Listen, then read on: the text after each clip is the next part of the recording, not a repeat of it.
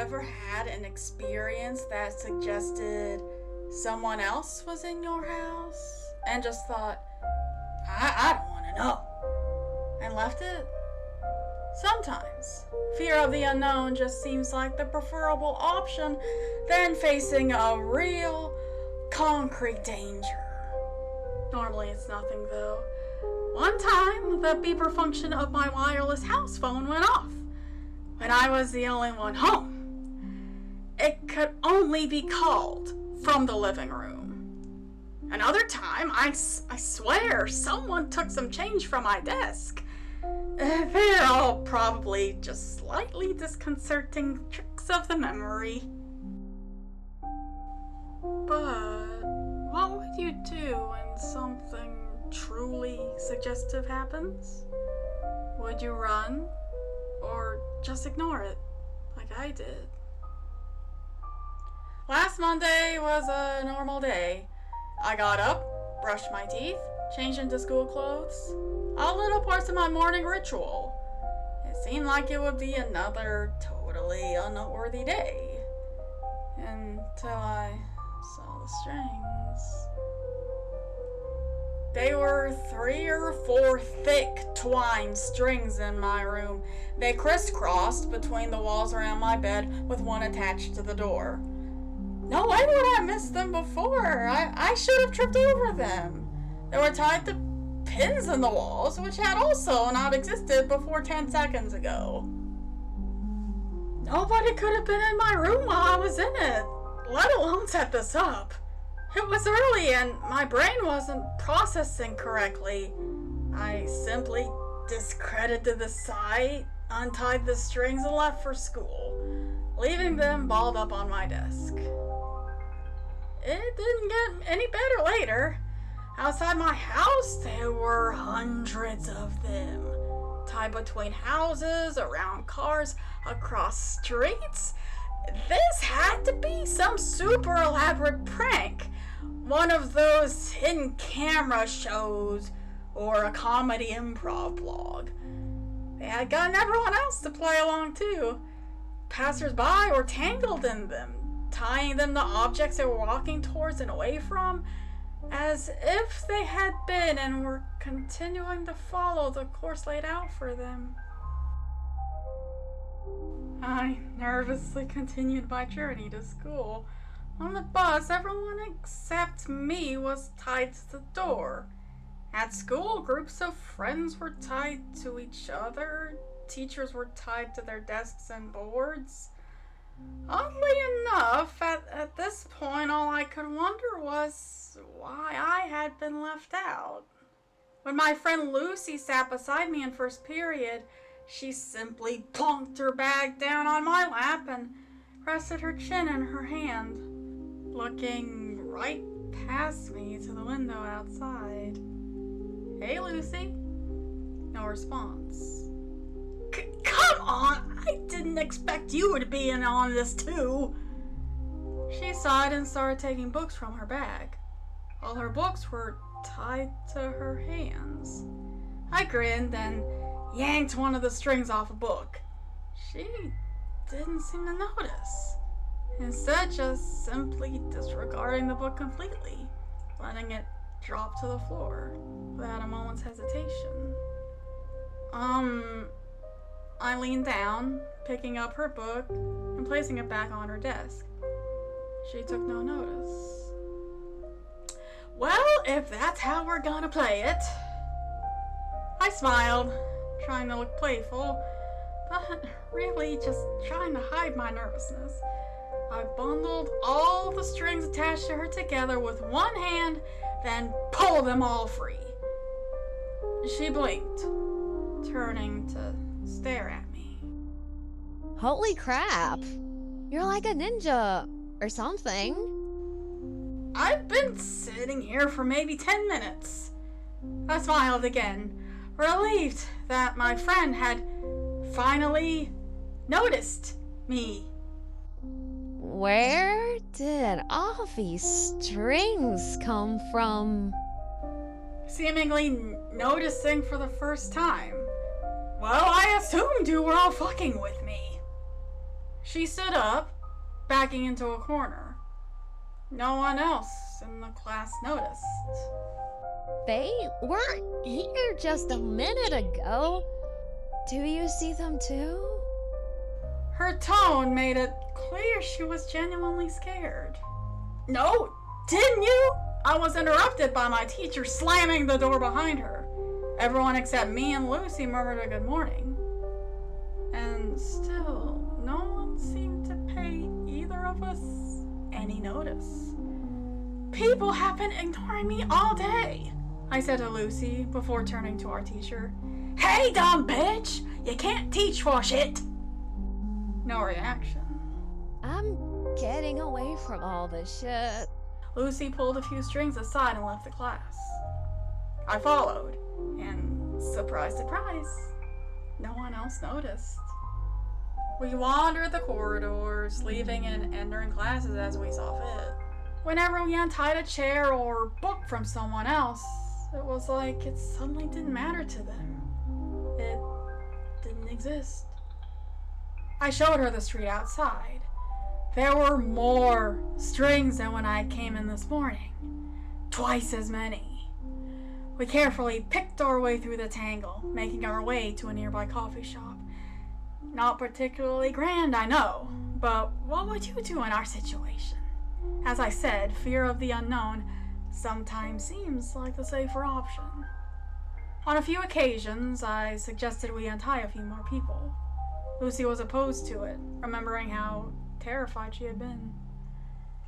In the coffee shop, we grabbed a couple of sandwiches and drinks from the fridge. We found a table, untied all strings attached to the chairs, and sat down.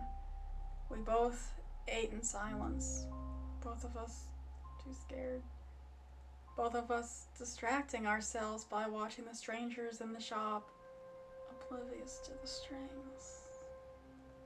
After 20 minutes, Lucy spoke up. Now, she's gonna take that sandwich, She said, pointing at a woman across the shop. Sure enough, she walked to the fridge and took the plastic wrapped sandwich she was tied to. She pays for it and leaves. She did so, according to the prophecies of the strings. That guy doesn't intend to pay. I watched as a man took his coffee and ran out of the store, the two servers just looking too exasperated to go after him. This is horrible. Let's go, please. Outside wasn't much better. Everyone just followed the strings instructions, going about their daily lives. Lucy announced she was going home to sleep this off, and I agreed to walk her home. She only lived 10 minutes away. Away from the busier part of town where there were fewer strings. It was nicer. We could pretend it wasn't happening. When we turned onto Lucy Street, she stopped, her mouth falling open. But now, I broke the silence, my voice sounding surprisingly small. Talk. She pointed outside one of her neighbors' houses. I saw it clearly, and I'll take my memory of that moment till the day I die. A little, dark, imp, maybe 3 feet tall, walking along with its knuckles on the ground, almost like a monkey. It had 2 bulbous, yellow eyes, taking up about half of its face, and no mouth or any other facial features. It was holding a hammer and a ball of twine, which it was letting out behind it. It walked quickly and quietly from the front door of the house to the mailbox.